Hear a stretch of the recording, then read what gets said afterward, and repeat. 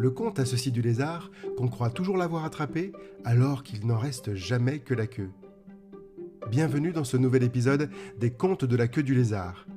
Aujourd'hui, en plein premier trimestre scolaire, avec son lot d'infestations de poux, partons à la découverte du conte La peau du poux. Et ce sur plusieurs épisodes si vous le voulez bien. Pourquoi tant d'épisodes sur un conte ? Eh bien, c'est qu'il en existe de nombreuses versions, notamment en Italie avec La peau de la puce, ou d'autres versions encore qui ne servent que de simples introductions à des contes à la trame parfois plus vaste et plus complexe. La peau du poux est en effet souvent considérée comme un conte liminaire. Nous verrons dans les prochains épisodes combien chaque version nous emmènera ailleurs, alors que le début de la narration semble similaire. Premier épisode de cette série de 3, une adaptation d'une version populaire du conte, version qui se cantonne à cette anecdote phonétiquement amusante du titre « La peau du poux », un peu comme un pied de nez d'un père à des prétendants de sa fille.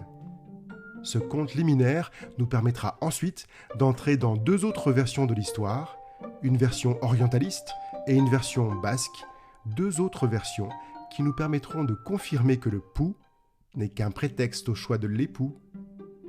Alors, enfoncez-vous bien dans votre fauteuil ou votre oreiller et épouillons tout de suite ces personnages avant ces étranges épousailles. Un jour, au cours de son oisive promenade, un roi attrapa un poux. Le soir, en se couchant, il se gratta la tête. En dormant, il se gratta la tête. Et le lendemain matin, ça le démangea à nouveau. Énervé, le roi appela son valet, à qui il demanda de regarder ce qui le gratouillait ainsi. Tout de suite, le valet vit le poux qui grattait, caché entre deux cheveux. Il l'attrapa, le montra au roi et dit « Majesté, c'est un poux ?» Le roi s'étonna. « Je ne connais pas cette bête-là, mais dis donc, c'est minuscule. J'ai une idée. Mettons-le dans un bocal et faisons-le engraisser. Ainsi, quand il sera bien gros, je verrai quelle tête il a. » Le valet obéit, et chaque jour il gava le poux de sa nourriture préférée. Du sang d'un bœuf le matin, du boudin le midi, et le soir, du sang frais de la tête de 100 petits-enfants. Au bout de 3 semaines de ce régime sanglant, le poux était devenu si gros qu'il ne tenait plus dans son bocal, et qu'il le brisa. Et comme le roi le trouvait si mignon, il l'emmenait partout avec lui, une laisse entre la tête et l'abdomen, comme un petit chien. Comme son bocal était cassé, on lui construisit une niche dans une grosse citerne. Mais vint un jour où, à force d'engraisser le poux, la citerne explosa. Après avoir démesurément grossi et dépassé la taille de la citerne, puis d'un château d'eau, le poux finit par mourir de vieillesse. Le roi pleura tant et tant la mort de son poux. Il pleura toute l'eau d'un château d'eau, puis, avec le temps, toute l'eau d'une citerne, et avec quelques années, le contenu d'un simple bocal.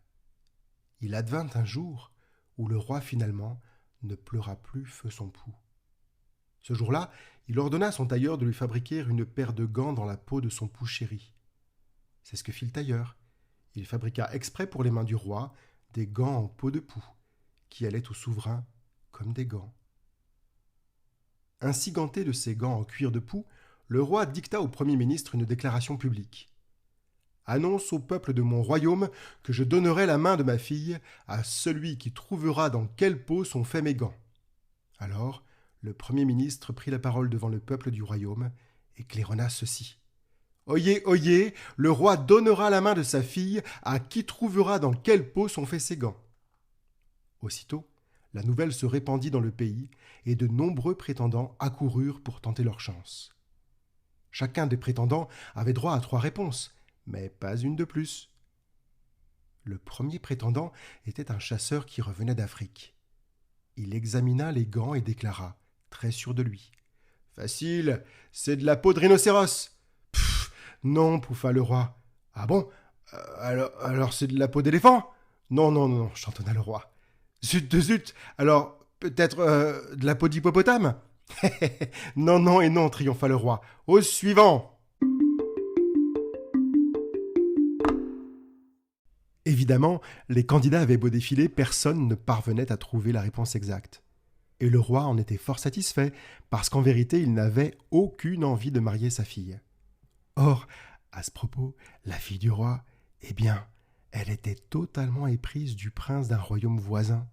Et en cachette, elle lui avait déjà écrit pour lui révéler le secret des gants de son père.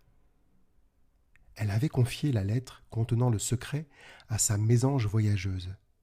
C'est comme un pigeon voyageur, mais une mésange, c'est mieux pour les messages, et ça pige plus vite que les pigeons. À peine eut-il reçu cette lettre du bec de l'oiseau voyageur que le prince galopa jusqu'au château pour faire la queue avec les autres prétendants. Quand son tour arriva, le roi, qui mangeait ses tartines de confiture, lui tendit fièrement ses gants et, la bouche pleine, posa sa question fanfaronnée. « Alors, puissais-je espérer que tu me révélasses dans la peau de quel animal furent confectionnés ces gants ?» Le jeune homme prit les gants, les palpa, les inspecta sous toutes les coutures, les renifla, puis il fit mine de les lécher pour faire croire qu'il pouvait ainsi deviner le goût de quel animal ils avaient. Feignant d'hésiter sur sa réponse, il déclara « Est-ce que ça ne serait pas de la peau d'araignée ?»« Non, répondit le roi un peu inquiet. « Alors, reprit le prince, peut-être de la peau de puce ?»« Non, bredouilla le roi, de plus en plus inquiet. Alors le prince déclara en souriant jusqu'aux oreilles « Mais oui, suis-je bête? Je sais, c'est de la peau de poux. » Quand il entendit cela, le roi demeura un long moment ahuri, pantois, vexé comme un pou. Mais comme il n'avait qu'une parole, il était bien contraint par son édit d'accorder au prince la main de sa fille. Et c'est ainsi que, grâce aux gants en peau de poux du roi son père, la princesse réussit à épouser son amant. Visiblement, le roi ne se remit pas de sa déconfiture, puisqu'il trépassa le jour des noces. Quant au prince, qui avait deviné de quelle peau étaient faits les gants, il hérita de l'objet en cuir de poux. Mais, comme il avait de fort gros doigts, le tailleur coupa les gants d'une hauteur de 2 phalanges. Tous ceux qui l'ont croisé savent que le prince porte désormais des mitaines en peau de poux.